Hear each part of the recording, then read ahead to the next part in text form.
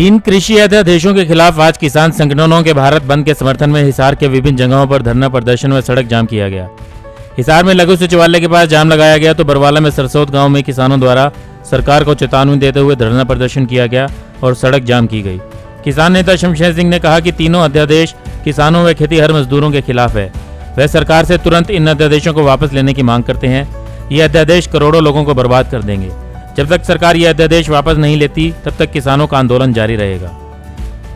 आज तो मुख्य मांग तुरंत प्रभाव से बाइज्जत जो तीनों अध्यादेश हैं वह किसान और खेती और मजदूर के पूरी तरह खिलाफ हैं। इससे हमारे देश का किसान और खेती और मजदूर पूरी तरह चौपट हो जाएगा, जिससे लगभग प्रत्यक्ष और परोक्ष रूप से एग्रीकल्चर सेक्टर से हमारे देश की लगभग 70% आबादी यानी कि 100 करोड़ लोग जुड़े हुए हैं। उनका रोजगार, उनकी रोजी रोटी एग्रीकल्चर सेक्टर से जुड़ी हुई है। इसके साथ छेड़खानी की है, ये बहुत गंभीर मामला है। देश की अर्थव्यवस्था चौपट हो जाएगी। देश का किसान और खेती और मजदूर गरीबी रेखा से नीचे चला जाएगा। यहाँ पर अफरा तफरी हो जाएगी, भूखमरी हो जाएगी। किसान और खेती और मजदूर आत्महत्या करने के लिए मजबूर हो जाएंगे। एग्रीकल्चर सेक्टर से हमारे देश के बहुत सारे हित जुड़े हुए हैं, जैसे कि देश और दुनिया के अन्य देशों का भी जहाँ से हम ईंधन और तेल लेते हैं वहाँ पर भी अनाज की पूर्ति करने का काम भारत का किसान करता है। कच्चा माल किसान तैयार करता है, दूध किसान देता है, मुर्गी फार्म से मुर्गी का जो है जितना भी किसान देता है।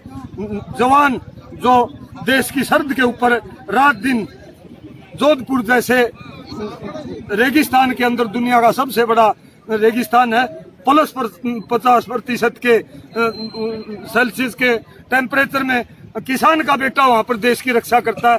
माइनस लेह लद्दाख में -50 के टेम्परेचर में किसान का बेटा वहां पर चीन और पाकिस्तान सर आज के बंद के बाद आगे किस प्रकार करेगा? किसान का बेटा रक्षा करता है, वो भी चौपट हो जाएगा सारा काम। आज के बंद के बाद हमारी हाईकमांड का और सभी किसान संगठनों का जो भी रुख होगा हम उसको बढ़िया ढंग से फॉलो करेंगे। बहुत बड़ी क्रांति आएगी, हम पीछे नहीं हटेंगे। अध्यादेश लागू हो गए तो हमारे देश का किसान, हम किसान और खेती और मजदूर सारे चौपट हो जाएंगे। उससे पहले तो मरना तो है, क्रांति करके सरकार के साथ टक्कर लेके मर लेंगे। हम घर नहीं बैठेंगे, हम पीछे नहीं हटेंगे जब तक बाइज्जत तीनों अध्यादेश तुरंत प्रभाव से खारिज न की जाए। वहीं बरवाला में प्रदर्शन कर रहे किसानों का कहना है कि सरकार आने से पहले भाजपा ने किसानों के लिए स्वामीनाथन आयोग की रिपोर्ट लागू करने का आश्वासन दिया था, मगर सरकार किसानों के खिलाफ काम कर रही है। सरकार से मांगे तो बहुत है लेकिन आशा नहीं है। किसानों की आशा टूट चुकी है। जैसे कि मोदी सरकार ने कुछ दिन पहले अपने घोषणा पत्र में ही बोला था किसानों के कर्जे माफ़ किए जाएंगे, स्वामीनाथन आयोग रिपोर्ट लागू की जाएगी। लेकिन मोदी सरकार ने सरकार के आने के बाद किसानों की वादे पूरे करने दूर रहे, इनके उल्ट और खिलाफ चल रहे हैं। और हमारी आशा तो ये है कि हमारे अच्छे भाव मिले, अच्छा बढ़िया खाद मिले, अच्छा बढ़िया बीज मिले और जो गलत काम करे उसके ऊपर कार्रवाई हो। किसान आज सबसे दुखी है तो किसान है। ये कृषि प्रधान देश है, इसके अंदर आज की किसान अन्नदाता रो रहा है। जी, भारत बंद का कोई असर देखने को नहीं मिल रहा। असर देखने को नहीं मिल रहा है। लोगों में चर्चा होगी, प्रचार होगा, आने वाले कल और लोग फिर जुड़ेंगे। कांग्रेस के प्रवक्ता अश्विनी शर्मा के अनुसार भारत कृषि प्रधान देश है, लेकिन आज किसान अपने हितों के लिए सड़कों पर आ गया है। केंद्र सरकार कृषि क्षेत्र को बर्बाद करने पर तुली हुई है। 2 करोड़ लोगों को रोजगार देने का वादा करने वाली सरकार के गलत तरीके से लगाए गए लॉकडाउन के कारण आज करोड़ों लोग बेरोजगार हो चुके हैं। अब सरकार देश के अन्नदाताओं के खिलाफ काले कानून लेकर आई है। सिर्फ और सिर्फ उद्योगपति दोस्तों को लाभ देने के उद्देश्य से सरकार ये काले कानून लागू करना चाह रही है। शर्मा ने कहा कि कांग्रेस का हर एक कार्यकर्ता इन गलत अध्यादेशों के खिलाफ किसानों के साथ अंत तक खड़ा रहेगा। भारत एक कृषि प्रधान देश है। धरती का सीना चीरकर अन्न का उत्पादन करने वाला किसान आज सड़कों पर है। भारत विश्व में तकरीबन 65% आबादी के साथ एक युवा देश माना जाता है। भारतीय जनता पार्टी की सरकार के मुखिया, हमारे देश के प्रधानमंत्री आदरणीय नरेंद्र मोदी जी ने सत्ता में आने से पूर्व देश के युवा बेरोजगारों से वायदा किया था कि वो प्रतिवर्ष 2 करोड़ बेरोजगारों को रोजगार देने का, युवाओं को रोजगार देने का कार्य करेंगे। ऐसा नहीं हुआ।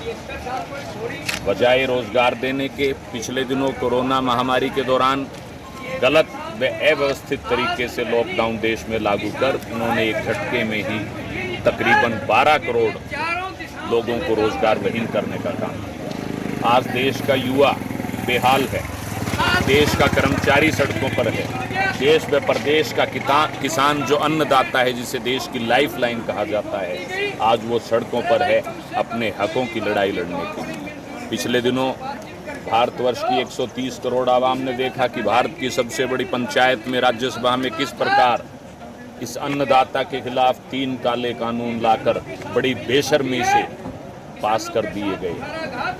मैं समझता हूं कि वो काले कानून पास कर केंद्र सरकार ने किसानों की हत्या करने का एक षड्यंत्र रचा और अपने कुछ चहेते लोग, कुछ उद्योगपति घराने जिनको वो पिछले काफ़ी समय से लाभ पहुंचाने का कार्य कर रहे हैं, उनको लाभ पहुंचाने के अंतर्गत ही ये किसानों को एक षड्यंत्र के तहत इनका जो है वो हत्या करने का, मैं कहूँगा, कार्य किया।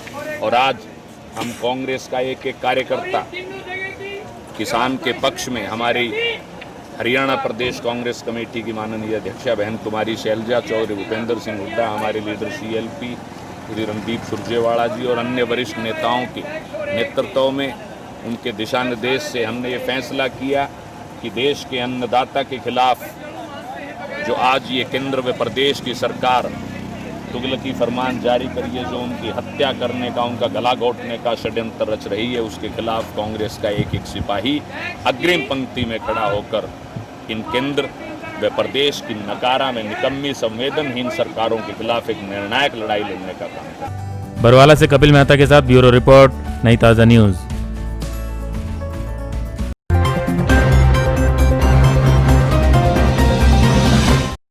लेटेस्ट वीडियोस के लिए सब्सक्राइब करें हमारा चैनल नई ताज़ा न्यूज़ और दबाएं बेल आइकॉन ताकि आप मिस ना करें कोई भी अपडेट।